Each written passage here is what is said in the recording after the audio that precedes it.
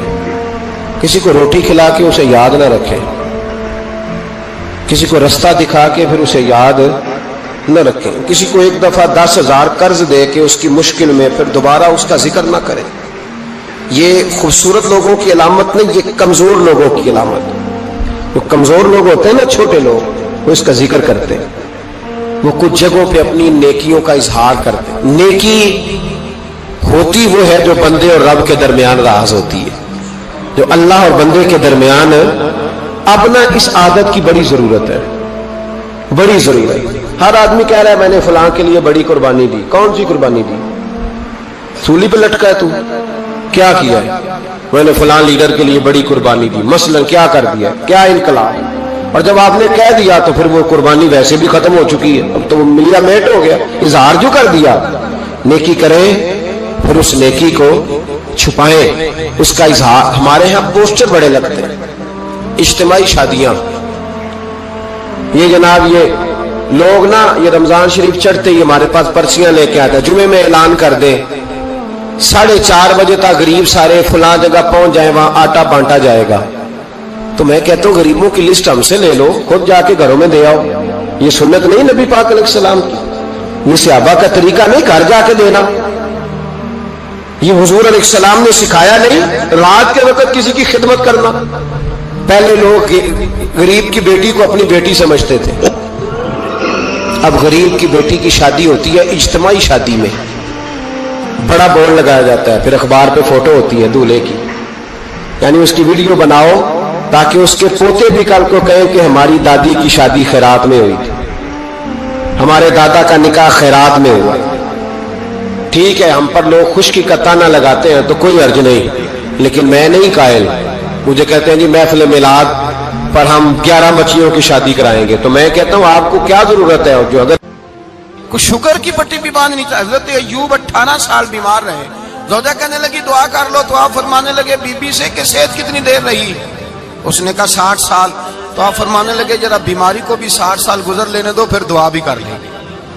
یہ دعا کی, اللہ یہ لفظ کہے, اللہ نے صحت دے دی, تندرستی آ گئی. ایک دن گھر میں بیٹھے بیٹھے زوجہ کہنے لگی کہ ایوب یہ بتاؤ دکھ اچھے کے سکھ؟ آپ فرمانے لگے سارے دن ہی اللہ کے ہیں, پر دکھ بڑے اچھے تھے. مجھ سے پوچھو تو دکھ بڑے اچھے تھے. کہا کس طرح؟ تو حضرت ایوب فرمانے لگے جب میں بیمار تھا تو 24 گھنٹے میں ایک دفعہ میرا رب میرا حال پوچھا کرتا تھا. ایک دفعہ میرا اللہ پوچھتا تھا ایوب تیرا حال کیا ہے؟ فرماتے ہیں 12 گھنٹے تو لذت ہی رہتی تھی کہ میرے رب نے میرا حال پوچھ لیا ہے, اور اگلے 12 گھنٹے میں انتظار کرتا تھا مالک حال دوبارہ کب پوچھے گا. فرمانے لگے اب صحت تو ہو گئی ہے, پر اب میرا رب میرا حال تو نہیں نہ پوچھتا. بھائی مشکلات جو ہوتی ہیں وہ تو تجھے سجا دیتی ہیں, سوار دیتی ہیں. تجھے یاد آتا ہے کوئی اپنا, جب تجھے درد ہوتی ہے نا, تکلیف ہوتی ہے, پھر تیرا دل کرتا ہے کوئی کندھا ملے جہاں میں سر رکھ کے رہوں. پھر اسی لیے تو کسی درویش سے کسی نے پوچھا تھا اپنا کون ہوتا ہے؟ تو کہا جو تجھے دکھ کے وقت یاد آئے وہ تیرا اپنا ہے. جو تجھے عین آزمائش کے وقت یاد آئے اور تجھے اس کا نمبر فوراً تیرے موبائل پہ چلنے لگے وہ تیرا اپنا سجن ہے, جس کو تو دکھ کے وقت یاد کرے. تو بھائی مشکلات کے بعد جو اللہ آسانی دیتا ہے. حضرت ابراہیم کو آگ میں بھی پھینکا گیا, حضرت ابراہیم علیہ السلام کو ستایا بھی گیا, نکالا بھی گیا, لیکن جب ان مشکلات سے گزرے تو میرا رب فرماتا ہے وَإِذِ ابْتَلَىٰ إِبْرَاهِيمَ رَبُّهُ بِكَلِمَاتٍ فَأَتَمَّهُنَّ قَالَ إِنِّي جَاعِلُكَ لِلنَّاسِ إِمَامًا. کہا جب ابراہیم پورے اترے تو پھر ہم نے انہیں امام بنا دیا. یا اللہ کس طرح کی امامت دی؟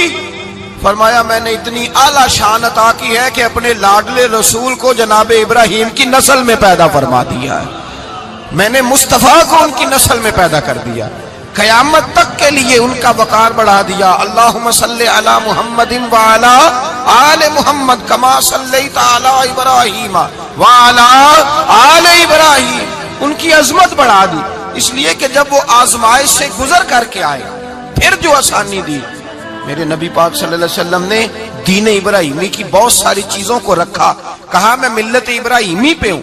جب کوئی مشکلات کو عبور کر کے آتا ہے، جب کوئی تکلیفیں سہ کر کے آتا ہے، اس کے لیے جو اجر ہوتا ہے، اس کے لیے جو پھر اللہ کتنی ذرا بڑی توجہ کیجئے گا۔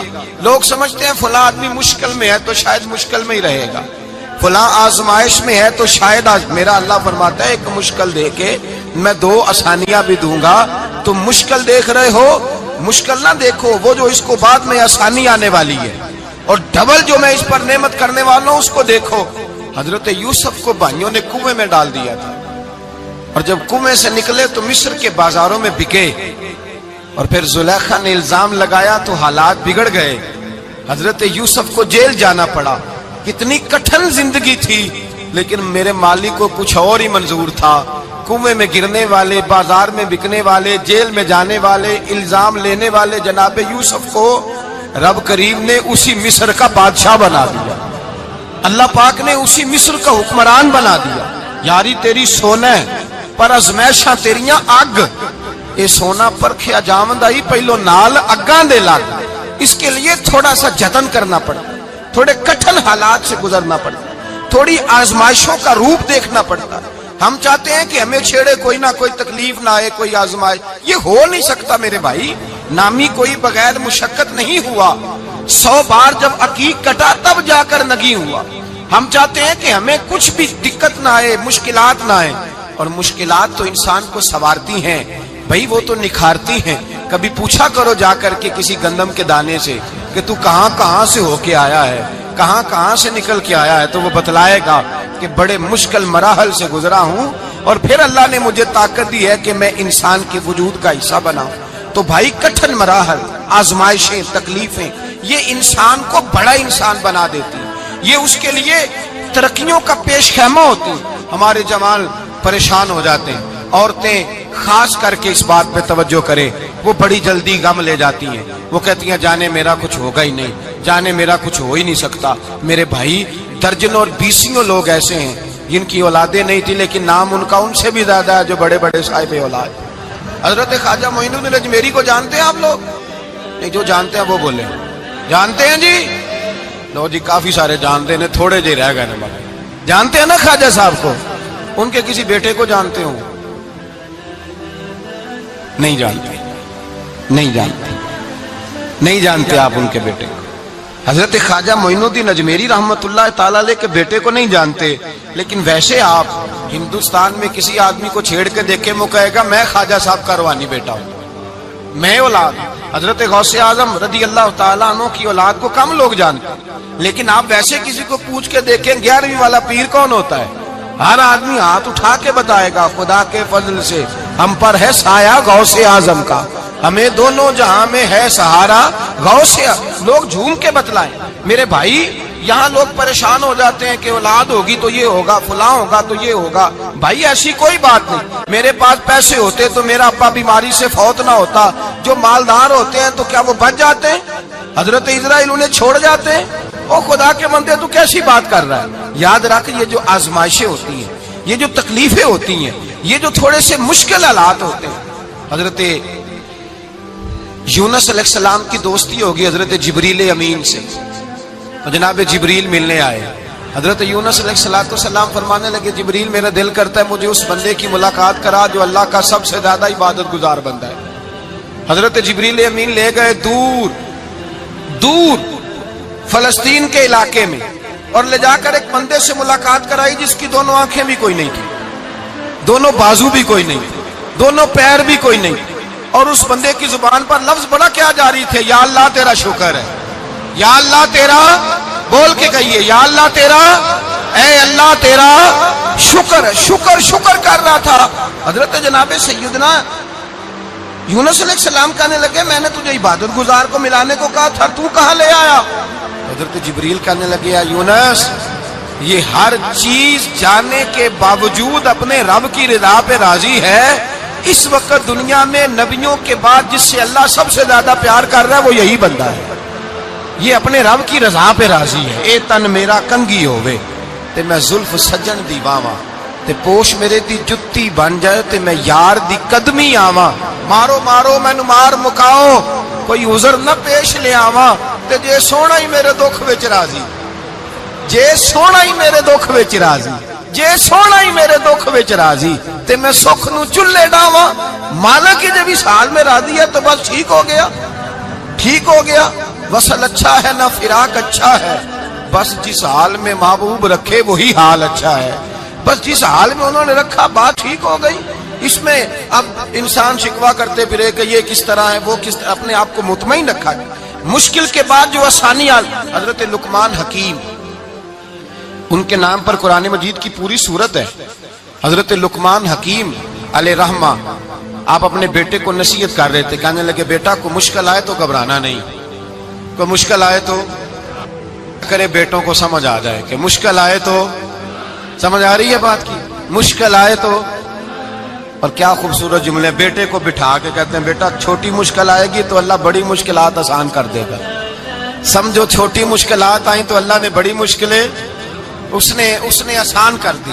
اور آپ کو بتاؤں اصل انسان ہوتا ہی وہ ہے جو مشکلوں میں جینے کا ڈھب سیکھ جاتا ہے، وہ بن جاتا ہے جو کرب کے حالات میں جینے کا سلیقہ سیکھ جائے۔ اپنے بچوں کو یہ سمجھانا، حضرت لقمان بیٹے مشکل آئے تو گھبرانا نہیں، بڑی کو ٹال دیتی ہے، وہ نیکی کا اور آسانی کا پیش خیمہ ہوتی ہے، اللہ اس کے بعد آسانی سمجھا رہے ہیں۔ کچھ دنوں کے بعد کہنے لگے آؤ فلاں اللہ کے نبی کی ملاقات کو چلیں، فلاں نبی علیہ السلام سے ملنے چلتے ہیں۔ اس زمانے میں جو نبی تھے ان سے ملنے چلے گئے، بیٹے کو بات یاد تھی، گھوڑے پہ بیٹھے، امام ابن جوزی نے اس کو لکھا ہے، گھوڑے پہ بیٹھے تھے دونوں کے پاس گھوڑے تھے۔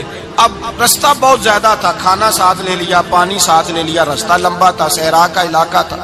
جب جانے لگے تو اتنی سخت گرمی ہوئی کہ گھوڑے بھی بے ہوش ہونے لگے، اچانک ایسی گرم لو چلی کہ گھوڑے بھی۔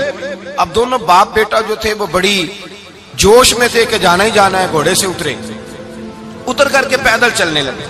اب پیدل چلتے چلتے ذرا آگے گئے تو اب گرمی میں جتنا بندہ پیدل چلتا ہے اتنا پیاس بھی زیادہ لگتی ہے، تو پانی پیتے رہے، کھانا کھاتے رہے، کھانا پانی بھی ختم ہو گیا۔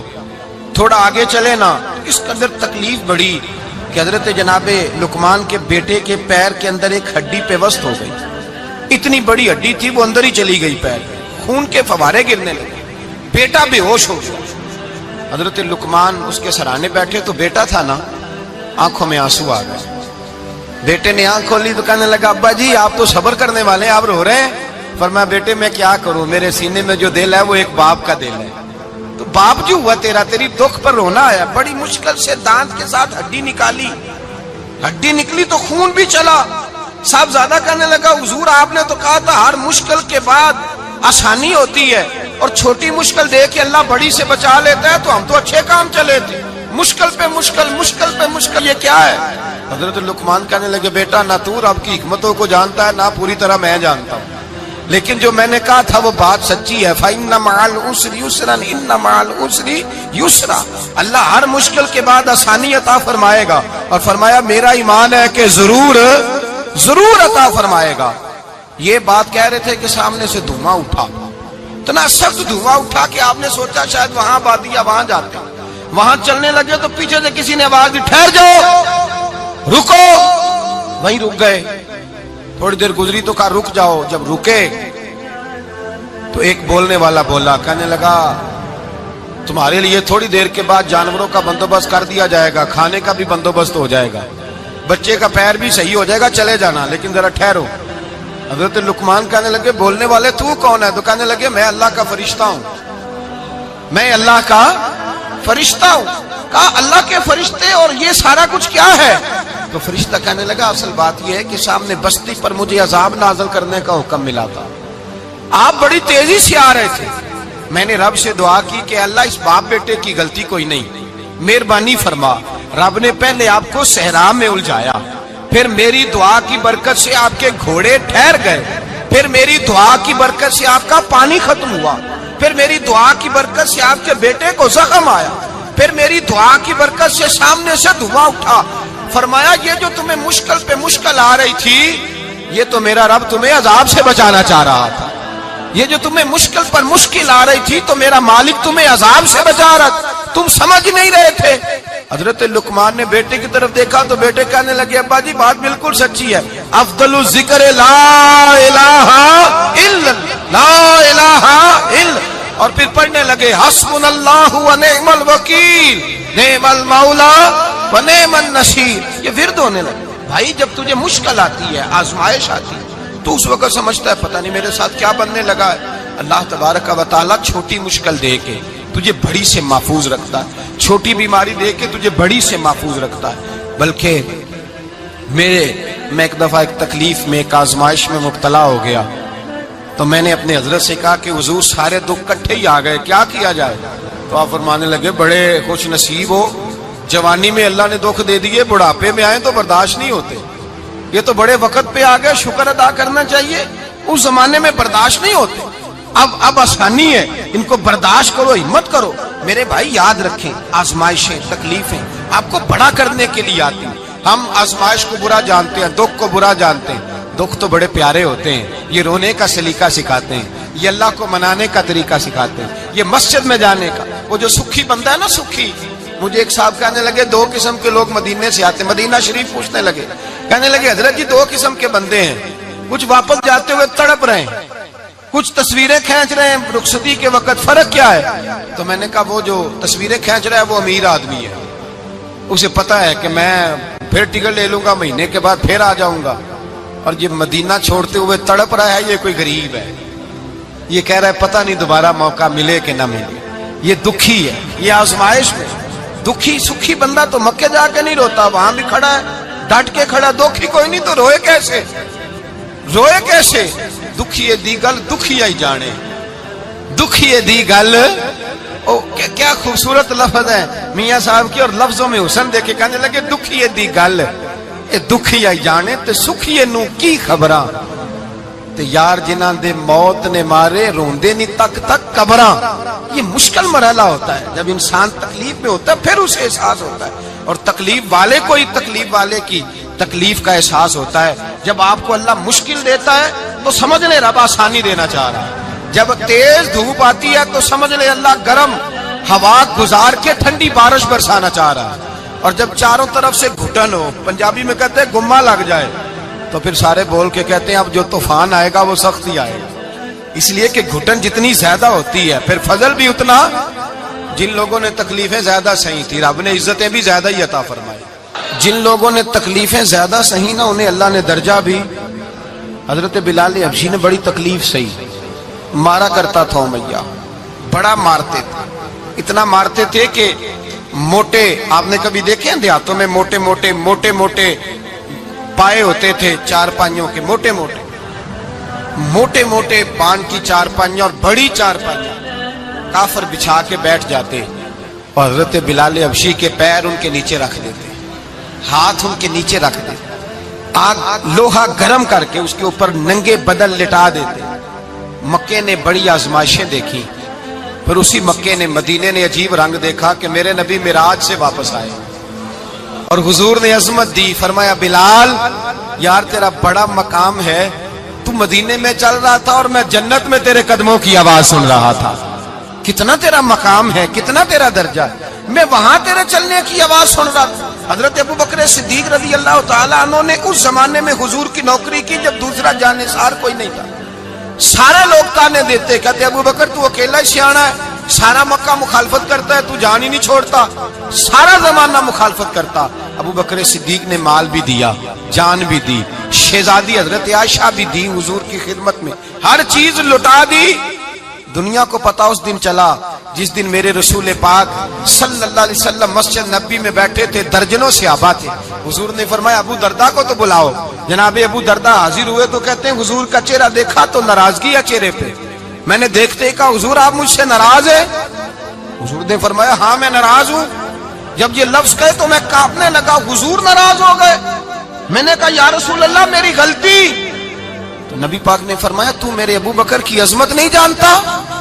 حضور جانتا ہوں. حضور کیا ہوا؟ نبی پاک نے فرمایا کل تو گلی میں گزر رہا تھا, ابو بکر بھی گزر رہا تھا, تو نے سوچا ہی نہیں تو میرے ابو بکر کے آگے آگے چل رہا تھا؟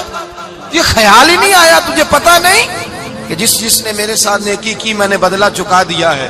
ابو بکر کا بازو تھام کے اللہ کی بارگاہ میں لے جاؤں گا, میرا رب بھی اسے بدلے عطا فرمائے گا. یہ عظمت, یہ شان, یہ بلندی اور رفعت مشکلات سے گزرنے کے بعد ملی. میرے نبی پاک صلی اللہ تعالی علیہ وسلم کے ساتھ مولا کائنات شیر خدا حضرت علی نے 9 سال کی عمر سے وفا شروع کی اور تا دم آخری حضرت علی نے وفا کی مصطفیٰ سے. کٹھن مراحل سے گزرے, کٹھن مراحل سے.